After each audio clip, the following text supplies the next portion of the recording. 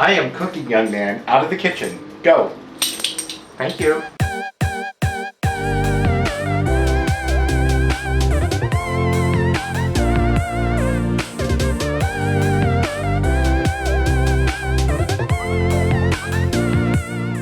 Well, welcome back.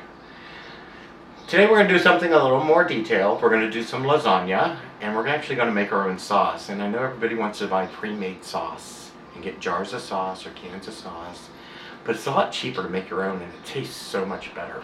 Our ingredients today are pretty simple. We're going to use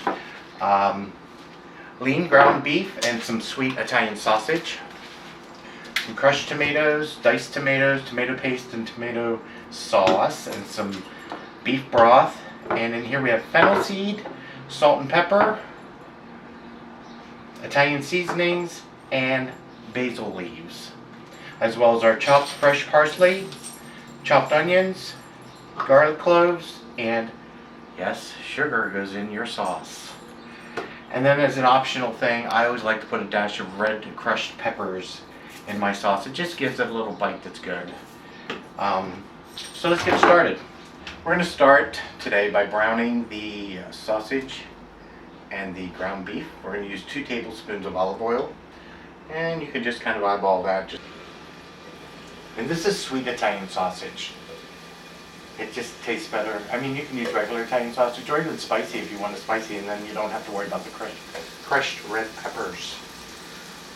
Normally, when I make this recipe, I double the sauce recipe and I double the cheese mixture recipe, because I always want to know I have enough filling, and I want to have extra sauce left over for spaghetti for another dinner, because you can freeze that sauce once it's made and you finish using what you're going to use in the lasagna.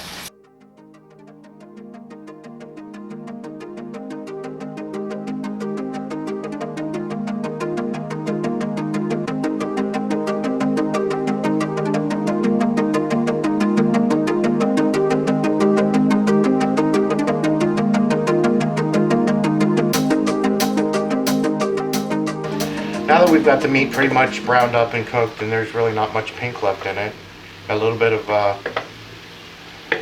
color on the bottom that I've kind of deglazed and reincorporated into the beef, we're going to add our garlic, which is 2 cloves of, I finely minced my garlic, and then we're going to add about half to 3/4 of a cup of minced onions. We're going to let this cook down for about 3 to 4 more minutes, just until the onions and garlic get a little soft.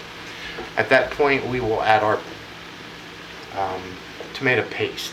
Now that we have our onions, garlics lightly wilted in the meat, we're going to what they call bloom our tomato paste. We made a hot spot by moving all of our meat to one side, and we're going to take our tomato paste, and it's called blooming it. What we're doing is we're going to heat it up quickly. This way, it really activates the flavor of the tomatoes and gets it going really good. And then I always put a little extra squirt of tomato paste in, just to give it a little extra body. Once we got that kind of warmed a little bit, we can just go ahead and start mixing that into our meat.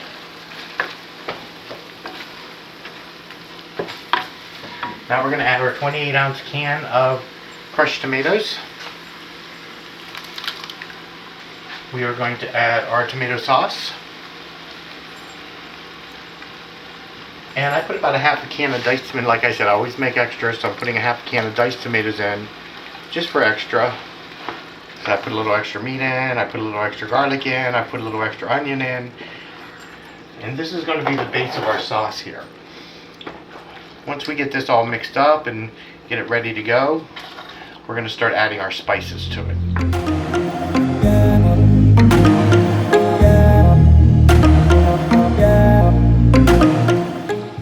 Now we're going to start adding our spices in here. I have fennel seed, which is, I think it's like a half of a teaspoon. I have to look at my recipe. Basil leaves, which is a teaspoon. Salt and pepper, we have 1 teaspoon of salt and 1/4 teaspoon of pepper. We have Italian seasonings, which is 1 teaspoon.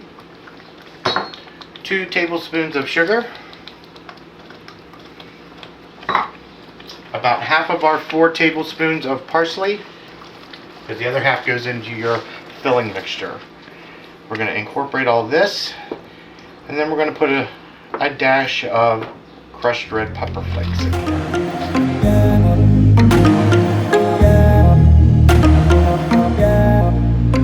And because it's rather thick, one of the things I always do is put about a half a cup of broth in, or water. I use beef broth. I'm just intensifying the beef flavor. And then we're going to do a dash of red crushed pepper. Once we now have all this sauce incorporated, what we will do is we will put a lid on it, turn down your flame to simmer, which is low, and let it cook for just about 1.5 hours. Stirring it occasionally, make sure it's not burning on the bottom and that the flame's low enough.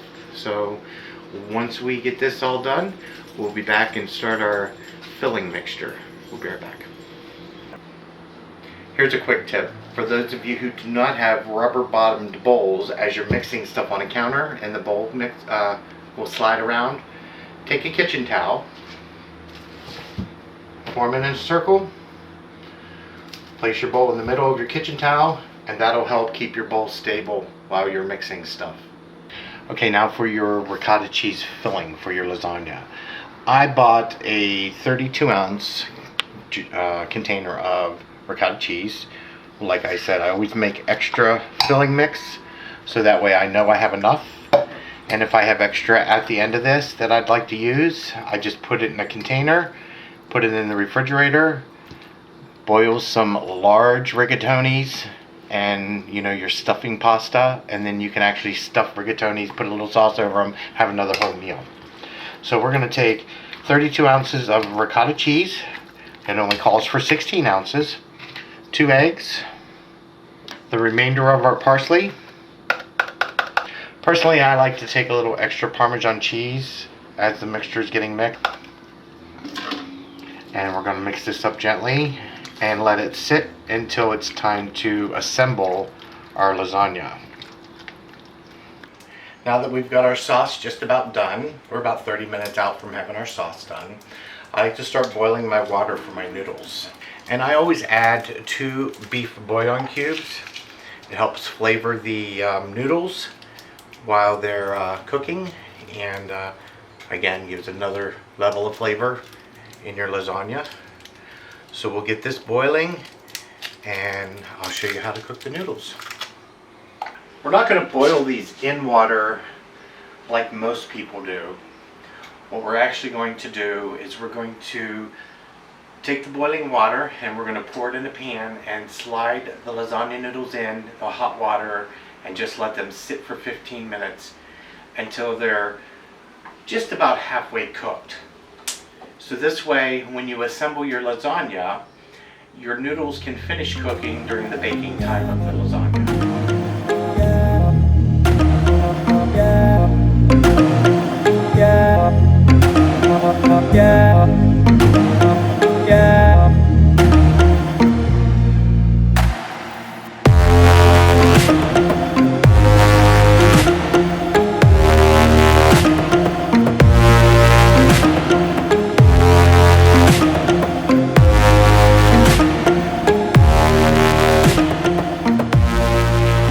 Okay, now we're going to assemble our lasagna. You're going to start with just about 1.5 cups of meat sauce on the bottom of your pan. And we're going to arrange approximately 6 noodles on the first layer down, 4 to 6, somewhere around there. As you see, they're nice and soft, but they're not fully cooked yet. Now the mix, we're going to add about 1 cup or so, half a cup. So now that you've got your filling put on there, and remember, if you don't like ricotta cheese or cottage cheese, you can also substitute soft tofu for this mixture, for those of you who don't like the flavor of ricotta or cottage cheese. Take about 1/3 cup of our mozzarella shredded cheese. I use shredded. Some people use slices of mozzarella. And then we're going to get about 1/3 cup of Parmesan. And then we're going to do another layer of meat sauce. Now repeat the process.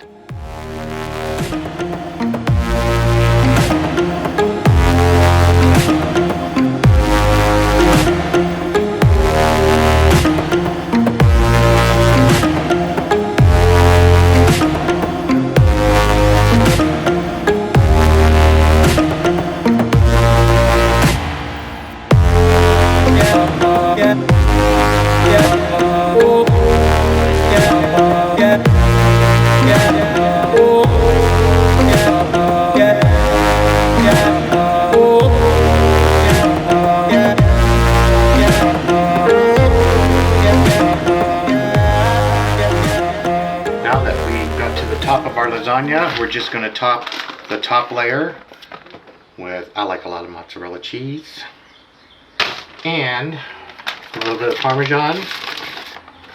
Parmesan is a drier cheese and it tends to brown nicer in the oven. Mozzarella is a melty cheese, so you really want the Parmesan on there for not only the flavor because it's a little salty, but you want it on there for the browning as well. We're going to spray with a non-stick vegetable oil onto the aluminum foil to keep the cheese from sticking to it. So bake it 375 for 30 minutes with the aluminum foil. Take the aluminum foil off, bake for another 30 minutes, and then take it out of the oven and we'll show you what it looks like.